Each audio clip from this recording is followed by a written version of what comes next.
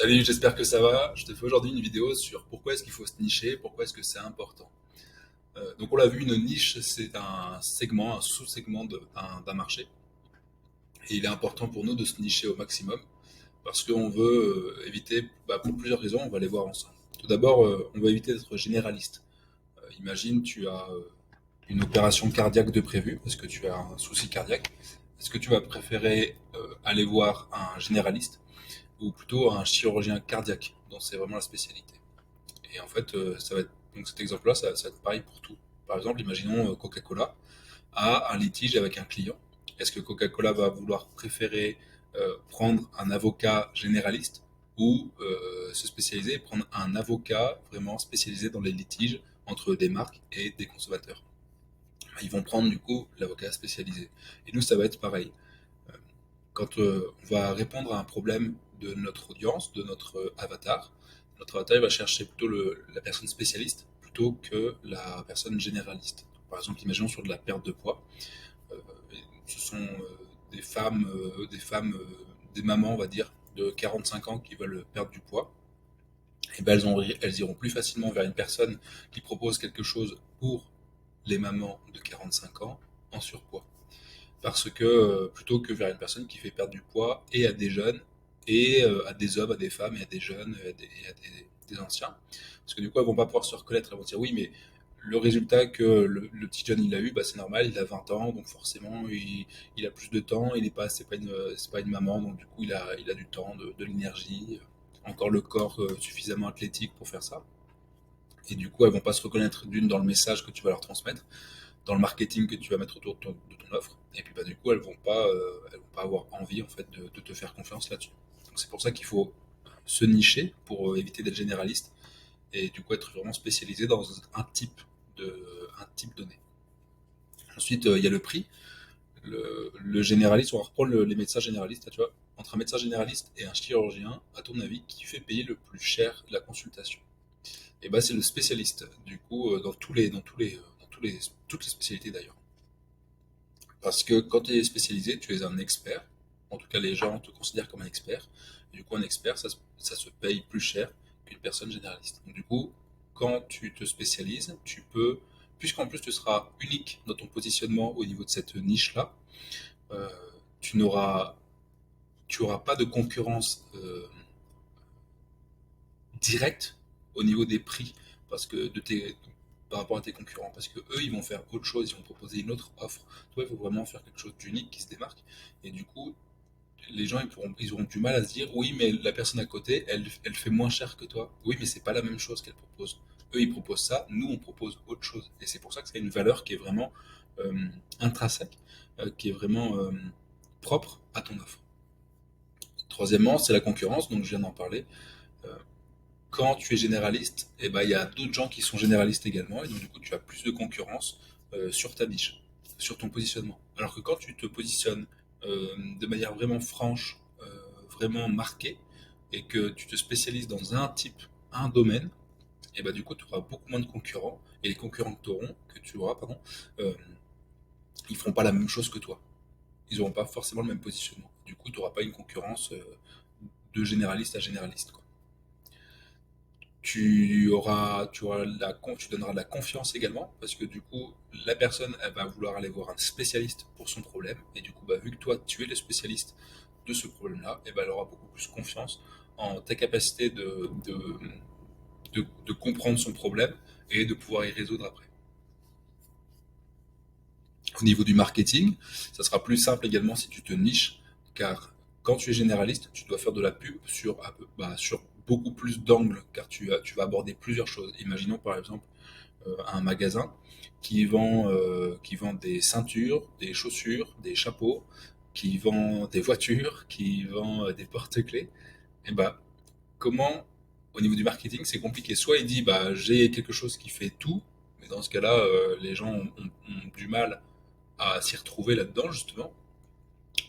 Ou alors, si c'est plutôt une boutique qui vend que des ceintures, et ben là, son marketing, il sera beaucoup plus simple à mettre en place, parce qu'on doit mettre en avant les ceintures. Alors que sur l'autre, et ben, du coup, on peut mettre en avant qu'il a plein de choses, et du coup, c'est comme si tu vas à ce magasin, là, comment ça s'appelle, la foire fouille, Action, des trucs comme ça. C'est des magasins où en fait, tu as tout, mais tu sais que au niveau de la qualité, c'est pas foufou. Alors que si tu vas dans un magasin, par exemple, qui va faire que des ceintures, et bah tu te dis que bah, eux, ils vont avoir des ceintures de fou parce qu'ils vendent que ça. Donc forcément, ils s'y connaissent, quoi. Donc ils vont pas acheter de la merde, ils vont pas vendre de la merde. Donc pour le marketing, ça va être plus facile.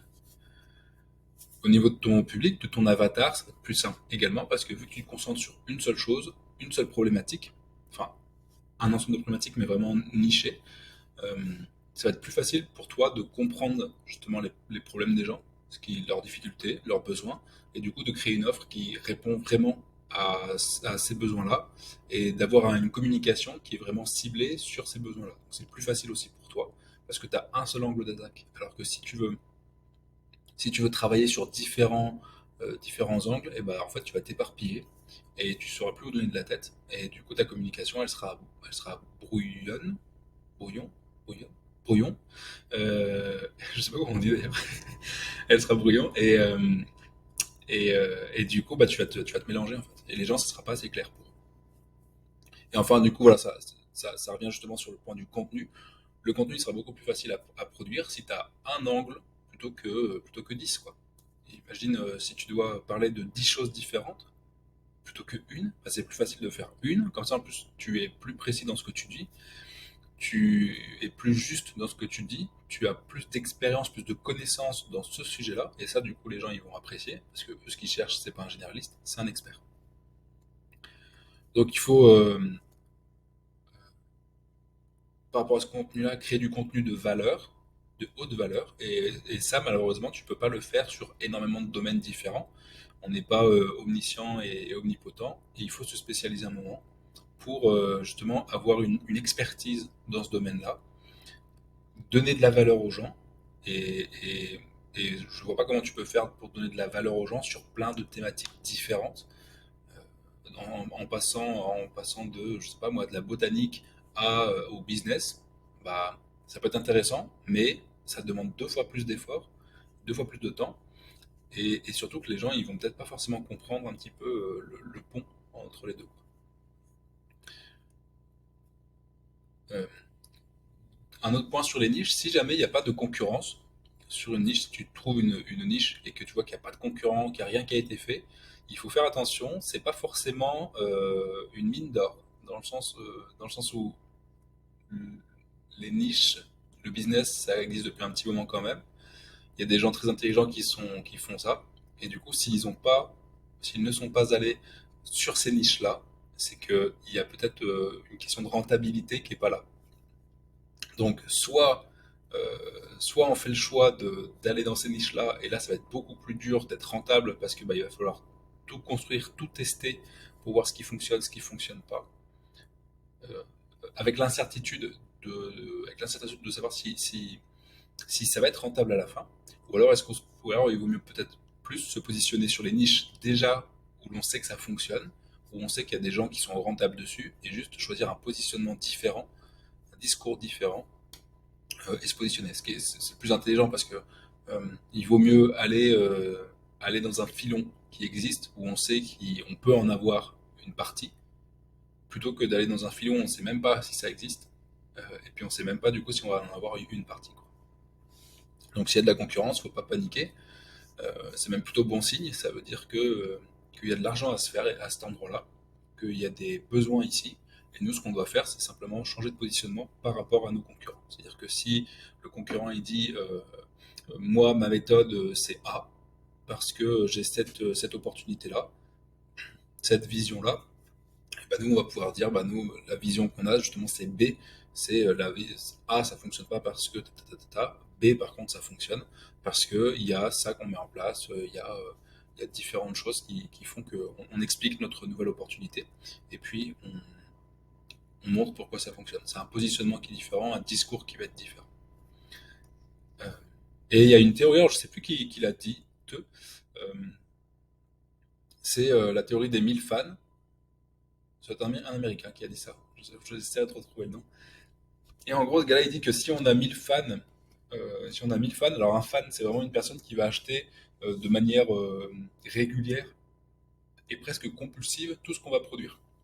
Donc on peut penser à des fans de musique par exemple, d'un groupe de musique qui à chaque fois que le groupe va faire quelque chose, le fan va acheter. Il va acheter les t-shirts, il va acheter les CD, il va acheter les places de concert, il va tout acheter, les DVD, enfin, il achète tout. Ça c'est un fan. Et nous il nous faut seulement 1000 fans pour pouvoir vivre convenablement. Parce que à chaque fois qu'on va sortir quelque chose, à chaque fois qu'on va produire quelque chose, si on a une base de 1000 personnes qui est vraiment fan de notre travail, et ben ils vont acheter. Et en fait, par exemple, tu sors quelque chose qui coûte, je sais pas moi, 100 euros, et ben du coup, ça te fait 1000 personnes qui achètent 100 euros. Et ça te permet déjà de vivre convenablement, beaucoup plus en tout cas que 90% des gens, 90% des gens à peu près, quoi. Donc voilà un petit peu ce qu'il faut faire, se nicher au maximum, on a vu les différents avantages, et essayer d'avoir une communauté, une tribu de 1000 fans pour que justement à chaque fois que tu fasses quelque chose dans cette niche-là, euh, tu vendes en fait assez au minimum 1000 personnes. Et comment on fait justement pour créer cette tribu et créer ce fanatisme?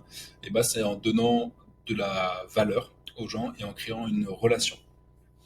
Et ça, j'ai fait des vidéos justement sur la création de contenu et puis la création de relations avec la personne également. Euh, Donc je t'invite à aller les voir. J'espère que ça t'a plu. On se voit bientôt. Ciao, ciao.